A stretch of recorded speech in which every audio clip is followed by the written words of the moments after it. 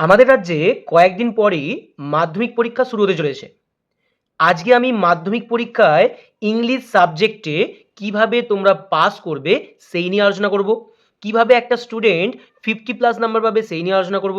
আর কিভাবে একটা student 80 plus number পাবে সেই নিয়ে আলোচনা করব।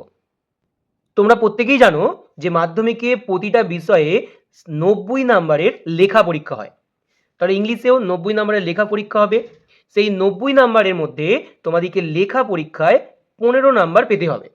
আর প্রজেক্টে 10 নাম্বার স্কুল থেকে দিয়ে দেবে, টোটাল হয়ে যাবে 25 নাম্বার। তবেই তোমরা পাস করতে পারবে। তাহলে তোমাদের টার্গেট হবে কি না, ইংলিশে 90 এর মধ্যে 15 তোমাদেরকে পেতে হবে পাস করার জন্য। টোটাল লেখা পরীক্ষা কত? 90 নাম্বারের। সিন থেকে থাকে 20 নাম্বার, আনসিন থেকে থাকে 20 নাম্বার, গ্রামার থেকে 12, ভোকাবুলারি 8, তিনটে রাইটিং থাকে, প্রতিটা রাইটিংয়ের জন্য 10 নাম্বার করে থাকে, টোটাল 30 নাম্বারের রাইটিং থাকে। তাই টোটাল নাম্বার হলো 90। এবার যারা পাস করতে চাইছে তাদের কি করতে হবে, এই যে সিন আর আনসিন এই দুটো মিলিয়ে যে 40 নাম্বারের কোশ্চেন থাকে তার থেকে মিনিমাম 15 তুলতে হবে, যেটা পাওয়াটা খুবই সহজ ব্যাপার। যে শুধুমাত্র রিডিং পড়তে পারে সেই 15 প্লাস অনায়াসে পেয়ে যাবে। আমি যেমন ভাগ করেছি দেখো, যে সিন থেকে 8 তুলতে হবে, আনসিন থেকে 8 তুলতে হবে। এটা 19-20 হতে পারে, হয়তো সিন থেকে সে 10 তুললো, আনসিন থেকে 5 তুললো, তাহলেই পাস করে যাবে। তাহলে মোট হয়ে গেল 15 প্লাস। এবার 15 প্লাসের সঙ্গে যদি প্রজেক্টের 10 যোগ করা হয় তাহলেই হয়ে যাবে 25, তাহলেই সে পাস করে যাবে। তার কিন্তু গ্রামার, ভোকাবুলারি, রাইটিং এগুলো না জানলেও কোনো অসুবিধা নেই। এবার যারা 50 প্লাস পেতে চাইছো তাদের কি করতে হবে না, তাদেরকে আগে এই যে তোমাদের ইংলিশ টেক্সট বইয়ের যে সিনগুলো আছে সেগুলোকে ভালোভাবে রিডিং আর মানে করতে হবে। তাহলে দেখবে তোমরা এই যে সিন থেকে 20 নাম্বারের কোশ্চেন থাকে সেখান থেকে অনায়াসে 15 প্লাস পাবেই পাবে। যে আনসিনটাই 20 থাকে সেখান থেকে অনায়াসে তোমরা 15 প্লাস পেয়ে যাবে। তাই দুটো জায়গা থেকে অনায়াসে তোমরা 15 প্লাস পাবেই পাবে।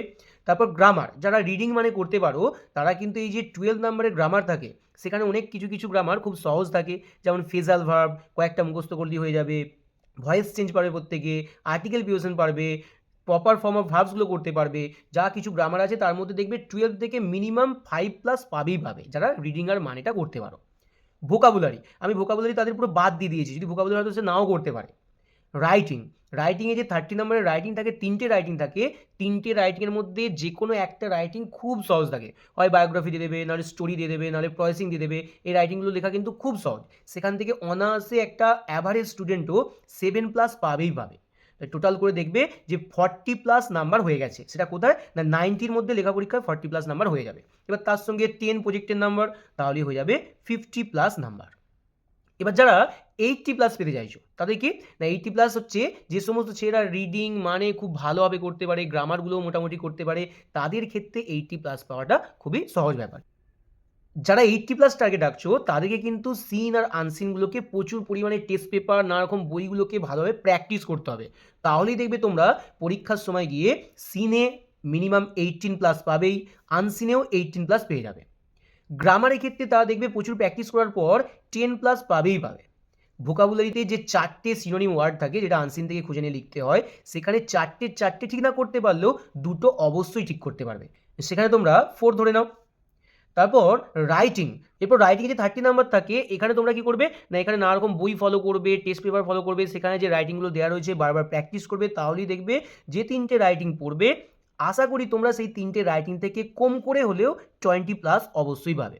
দেখবে টোটাল করে দেখবে 70 প্লাস হয়ে গেছে। এবার তার সঙ্গে প্রজেক্টের নাম্বার যোগ করলে 80 প্লাস পাওয়াটা তোমাদের ক্ষেত্রে কোনো ব্যাপার না। তাহলে তোমাদের কি করতে হবে না, ভালোভাবে সমস্ত বইগুলোকে ভালোভাবে প্র্যাকটিস করতে হবে। তাহলে পুরোটা সংক্ষেপে বললে কি হয়, যাদের লক্ষ্য শুধুমাত্র পাস করা তারা কি করবে না, তারা শুধুমাত্র রিডিংটা পড়তে পারলেই অনায়াসে পাসটা করে যাবে। যাদের লক্ষ্য 50 প্লাস পাওয়া তাদেরকে টেক্সটের রিডিং এবং মানেগুলো করতে হবে, আর কিছু গ্রামার শিখতে হবে, তার সঙ্গে সহজ সহজ কয়েকটা রাইটিং শিখতে হবে, তবেই কিন্তু তোমরা 50 প্লাস পাবে। এবার যাদের টার্গেট 80 প্লাস পাওয়া তাদেরকে রিডিং মানে গ্রামার রাইটিং সেগুলো যত ধরনের টেস্ট পেপার প্র্যাকটিস সেট যত কিছু আছে সব কিছু ভালোভাবে প্র্যাকটিস করবে, দেখবে খুব সহজে তোমরা 80 প্লাস পেয়ে যাবে।